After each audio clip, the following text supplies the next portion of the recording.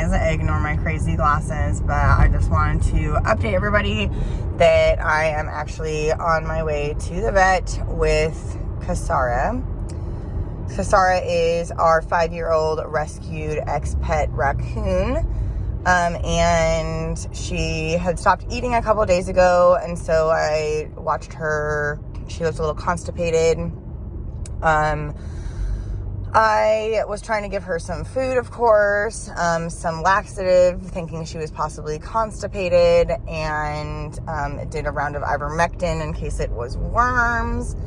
However, I took her out of the enclosure today because she was just getting worse, and I wanted to see what was going on, and I was going to actually bring her into the house tonight just because I didn't want to have to fight with ants or anything in her house, or like rats that want to try to get to her diet, the cold weather. I just didn't want to fight with any of that. So instead, I'm on my way to the vet.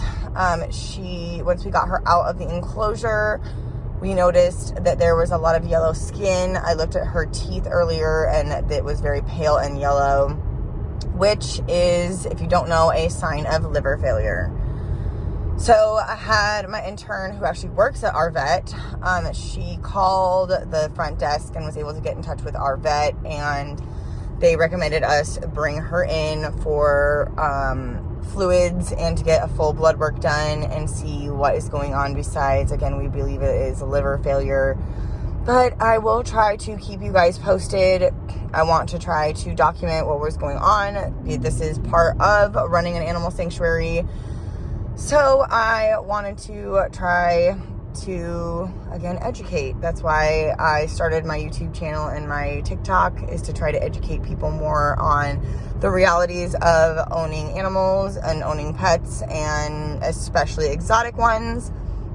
I had to have bite gloves to take her out. She's still a little spunky, still growling, still was biting at the bite gloves, which is all good signs, which means we probably hopefully caught it early enough that we can see what's going on.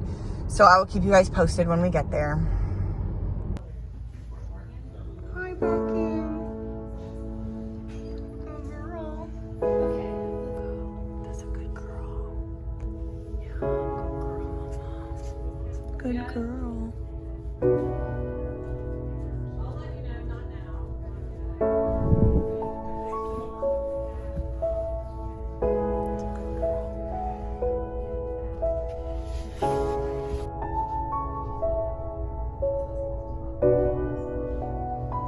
Princess, I'm so sorry.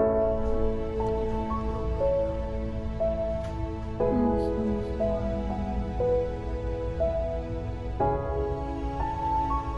Good girl. It's okay. It's okay, sweetheart. Good girl.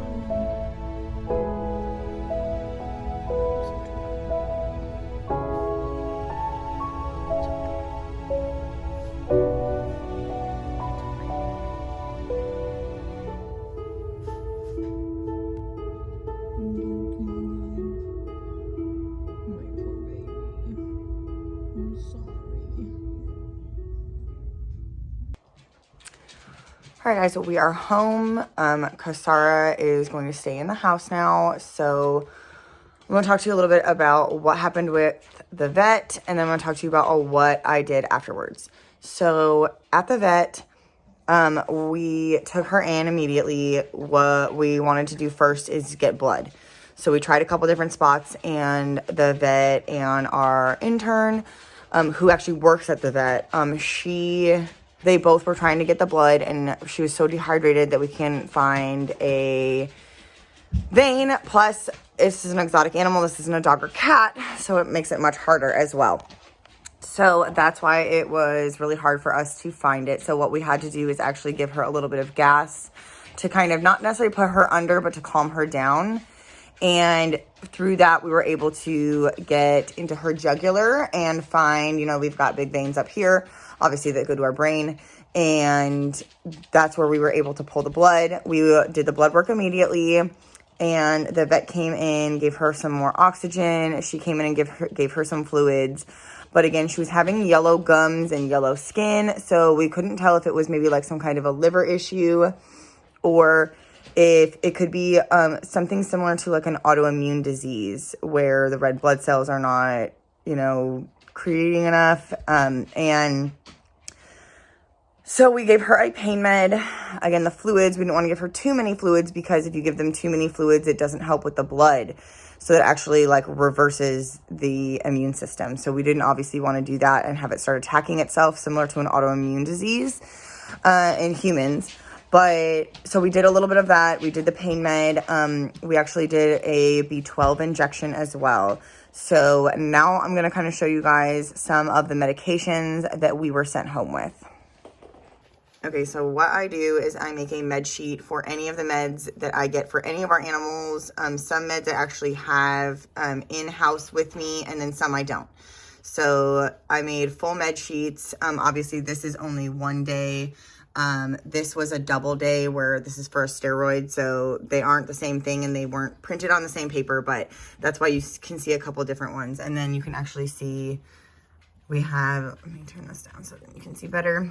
So we have, this is going to be a steroid, and then we have, this one is the antibiotic, and then this one is actually going to help with, hey, quit.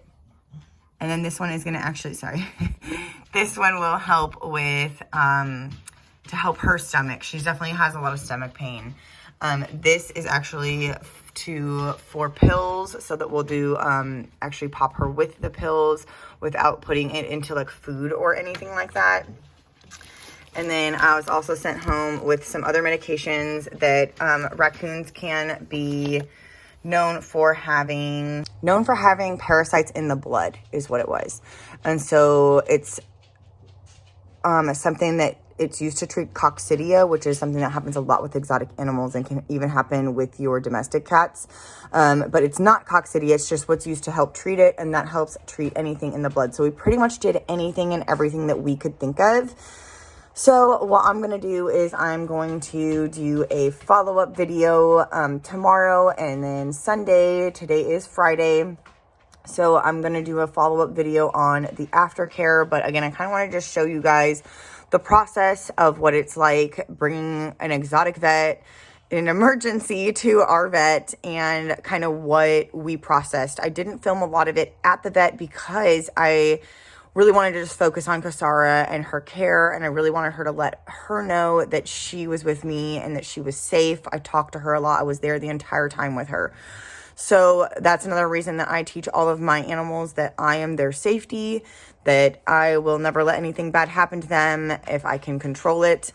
So that's why I stayed with Kisara the entire time. And again, I wanted to make sure that she knew that we were doing the best that we could for her. So that's a little bit about that, but make sure you guys like and follow and have your notifications turned on so that you can get the update on how Kisara is doing. And I'll try to get those videos posted as soon as possible and push some of the other ones back that I had planned so that I can get you guys those, because obviously this is something that just pops up and it happens. So I want to show you guys that. That's the purpose of me doing YouTube, for me doing social media, is to kind of show everybody what it is like to own exotic animals and to have a rescue. It's a very glorified that, oh my gosh, you rescue beautiful animals, which of course it is glorified. It's an amazing job, but this is the toughest part about it. Obviously, you have to make sure that you secure funds and have good fundraising for emergencies like this. Make sure you have a good vet, who we do. Oh my gosh, she's so great. Thank you to our intern, Brianna, and to Dr. Rodriguez at East Hill Animal Hospital in Pensacola for all of your work that you did for us today. I really do appreciate it. I appreciate, Brianna, you dropping everything, what we're doing today during work and coming with me to the vet. I appreciate you, Dr. Rodriguez, for everything that you did for Kisara so quickly and helped her get the best care that we could possibly give her.